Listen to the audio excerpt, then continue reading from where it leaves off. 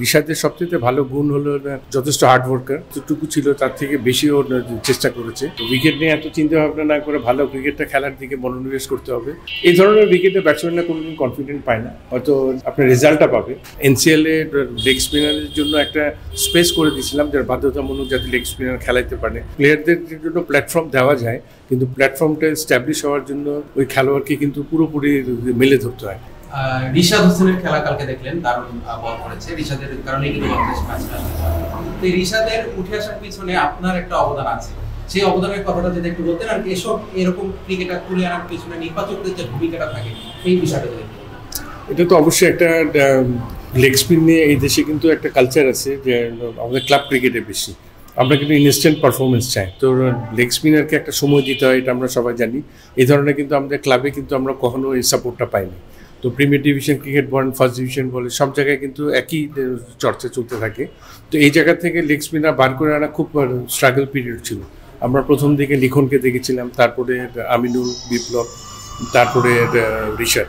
তো সব কিছু মিলে কিন্তু অনেক স্ট্রাগল করতে হয়েছে, এবং রিশাদকে নিয়ে একটু বেশি হয়েছিল, কারণ প্রিমিয়ার ডিভিশন ক্রিকেটে আমরা ওর জন্য টিম পাচ্ছিলাম না খেলানোর জন্য। প্লাস কিছু কিছু জায়গায় আমাদের যথেষ্ট স্ট্রাগল করতে হয়েছে, কিন্তু আমাদের আমি আর সুমন মিলে অনেক প্ল্যান করেছিলাম কীভাবে কী প্রোভাইড করা যায়।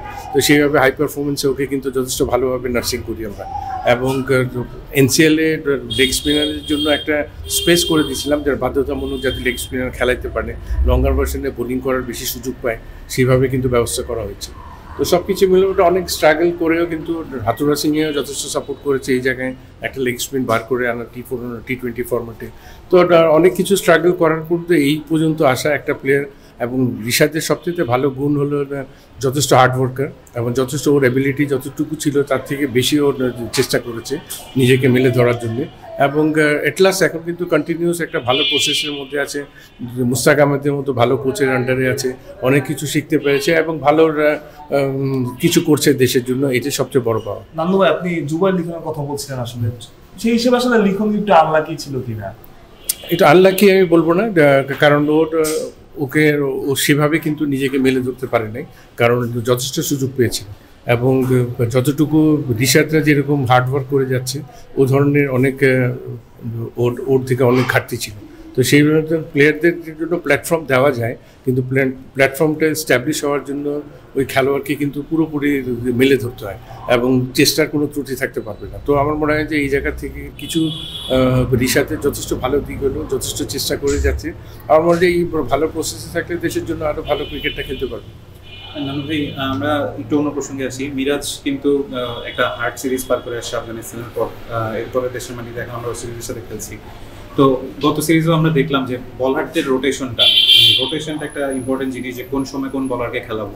কালকের ম্যাচেও রিশাদ যেহেতু খুব ভালো করছিলেন, তাহলে এক এন্ডে ওকে কি পুরো ওভার বোলিং করা যেত কিনা, বা এই ধরনের যে সিচুয়েশনগুলো ইনস্ট্যান্ট সিচুয়েশন নেওয়ার ক্ষেত্রে মানে ওর ক্যাপ্টেন্সিটাকে আপনি কিভাবে দেখছেন, এবং এটাকে ইমপ্রুভ করার জন্য কি করতে পারে সে? যে কোনো ক্যাপ্টেনের কিন্তু একটা দুটো সিরিজ দিয়ে আপনি মূল্যায়ন করতে পারবেন।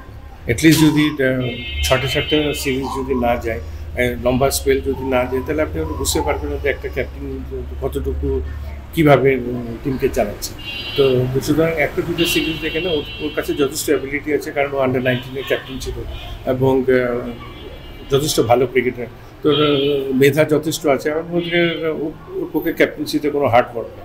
তো যেভাবে টিমকে পরিচালনা করেছে, সামনে হয়তো আলো এক্সপিরিয়েন্স গেইন করে আরও ভালো করবে আশা করি। রিশাদকে সুযোগ দেওয়ার ব্যাপারটা, যেমন ও যেহেতু এক এন্ডে ভালো বল করছিল, যে ওকে ওর ফুল ওভারটা কোটাটা পূরণ করার, মানে এগুলো ক্যাপ্টেনের একটা চিন্তা ভাবনা থাকে, একটা প্ল্যান থাকে। এভাবে তো আমি আপনার বাইরে থেকে বলতে পারবো না কে 10 ওভার বল করবে, কে 7 ওভার বল করবে।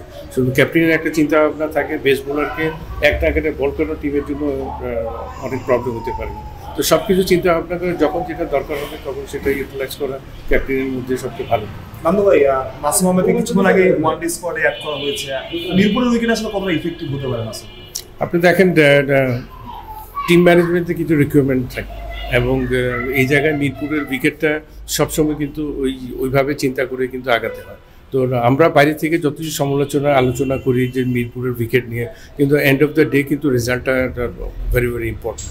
এবং এই জায়গায় আপনাকে চিন্তা করতে হবে যে র্যাঙ্কিংয়ে এখন আমরা 10 নম্বর, তো উইকেট নিয়ে এত চিন্তা ভাবনা না করে ভালো ক্রিকেটটা খেলার দিকে মনোনিবেশ করতে হবে। এবং নাসুমের ইনক্লুশন অবশ্যই টিম ম্যানেজমেন্ট হয়তো চিন্তা করেছে আরও বাড়তি একটা স্পিনার খেলাবে, একটা সিম বোলার অফ করে, তো সেভাবে চিন্তা ভাবনা করে হয়তো ইনক্লুশনটা করা। মানে আপনি অনেকদিন ধরে বাংলাদেশ ক্রিকেটের সাথে আছেন, ক্রিকেটকে দেখছেন, মিরপুরটা শুরু থেকে আপনি দেখেছেন। আসলে মিরপুরের উইকেট কিন্তু আমরা এরকমই ছিল নাকি আসলে এখন এরকম হয়ে গেছে বা উন্নতি করা? আপনি দেখেন উইকেটে যে কয়টা পিচ আছে এখানে কিন্তু সবগুলি একই রকম। আপনি যদি টিম ম্যানেজমেন্ট যদি চায় যে আগে থেকে অ্যাটলিস্ট 2 সপ্তাহ আগে যদি আমি ফ্ল্যাট ট্র্যাক চাই, অবশ্যই করা যায়। এটা এমন না যে সবসময় সব উইকেটগুলি আপনার এইভাবে থাকবে। তো টিম ম্যানেজমেন্টের চাওয়াতেই কিন্তু সবসময় উইকেটটা রেডি করা হয়।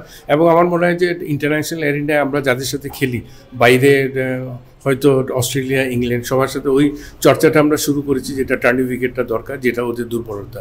তো সুতরাং এখানে অন্য আলোচনা সমালোচনা বন্ধ করে আগে খেলাটা দেখা উচিত, আমাদের বেস্ট রেজাল্টটা পাওয়া উচিত। কারণ ভাই রিসেন্ট টাইমে বাংলাদেশের ওয়ানডেতে যে পারফরমেন্স, আমরা তো জানি ওয়ানডেতে বাংলাদেশ একটা ভালো দল, আপনি সবশেষে এরকম দুরবস্থা মানে আপনার মনে পড়ে কিনা, কবে দেখেছেন? এবং এই ধরনের উইকেটে যখন খেলবে সেখান থেকে আসলে ব্যাটারদের জন্য কতটা চ্যালেঞ্জিং আসলে কাম ব্যাক করা? এটা তো অত্যন্ত চ্যালেঞ্জিং, কারণ একটা ব্যাটসম্যান কোনোদিন স্বাচ্ছন্দ্যে এখানে ব্যাটিং করাটা ডিফিকাল্ট। আপনি সেট হতে পারবেন না, যে কোনো সময় একটা বাজে বলও আপনাকে আউট করে দিবে, একটা এত বড় টার্ন, আনইভেন বাউন্স।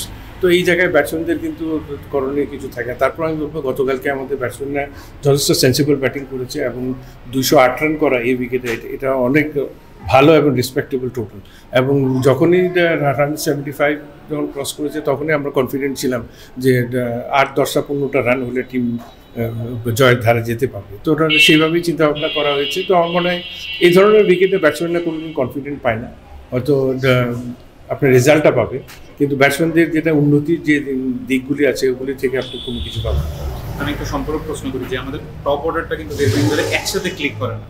হয়তো আমরা দেখি যে তানজিদ তামিম করতেছে কিংবা পাশ থেকে কেউ করতেছে, তো এখন সৌম্যকে ইনক্লুড করা হলো, আবার ইমনও কিন্তু দীর্ঘদিন ওয়ানডেতে ভালো করছিল, তো হঠাৎ করে আবার সে নেই। মানে এই জায়গাটাকে আমরা ফিক্সড কেন করতে পারছি না, বা এই জায়গাটা কি? এখন কিছু জায়গায় আছে সিলেকশন প্যানেল, টিম ম্যানেজমেন্ট হয়তো কিছু প্লেয়ার উপরে কনফিডেন্ট পায় না, তো যার কারণে ইনস্ট্যান্ট রেজাল্টটা চায়, তো এটার জন্য ডিফিকাল্ট হয়। আপনি যে কোনো খেলোয়াড়কে ইনক্লুড করলে অ্যাটলিস্ট মিনিমাম 6টা ইনিংস তো দেখা উচিত যে ও কী করছে এবং ইন্টারন্যাশনাল এরিনায় নিজেকে খাপ খাওয়াতে পারছে কিনা। তো আমার মনে হয় যে এটা কনফিডেন্টলি যদি চিন্তা করেন যে একটা আস্থার দিক থেকে আপনাকে 6টা থেকে 7টা ইনিংস একটা প্লেয়ারের উপরে দেখতে হবে ও কেমন খেলে। ইনস্ট্যান্ট আপনি যদি চেঞ্জ করতে থাকেন তাহলে তো আপনি একটা জুটি কোনোদিন তৈরি করতে পারবেন। এনসিএল নিয়ে একটু জানতে চাচ্ছিলাম যে লঙ্গার ভার্সনের এনসিএল হয়তো সামনে শুরু হবে, তো এটা আসলে ভেন্যু নির্ধারণ হয়েছে কিনা বা আপডেট? হ্যাঁ, ভেন্যু তো অলমোস্ট সব কনফার্ম করা হয়েছে, কিন্তু একটা আমাদের ডিসঅ্যাডভান্টেজ হতে পারে এবার, একটা ভেন্যুতে কক্সবাজারের 7টা খেলা পড়ছে মাঠের স্বল্পতার কারণে। তো সেই জায়গা থেকে উইকেটগুলিকে আমরা কোন স্ট্যান্ডার্ডে নিতে পারি, এটা একটা বড় চ্যালেঞ্জ কাজ করবে।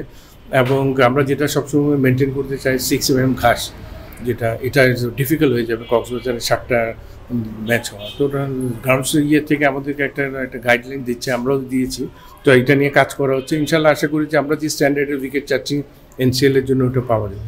বিদেশি একটা দল আসার কথা ছিল, আসলে ওটা কি কনফার্ম হয়েছে? এত শর্ট টাইমে এখন আমরা চেষ্টা করে যাচ্ছি যাতে একটা প্লেয়ার যদি ইনক্লুড করা যায় আর কি। তো সেই হিসাবে এখন সবচেয়ে বড় প্রবলেম হয়েছে যে এখানে ডিভিশনের কার্যক্রম তো নাই এখন, তো সেই জায়গা থেকে কিন্তু আমরা একটু পিছপা হয়েছি। যখন রিজিওনালগুলি হবে হয়তো আগামী বছর থেকে ইনশাল্লাহ আশা করি যে তখন 2টা প্লেয়ার ইনক্লুড করা যাবে।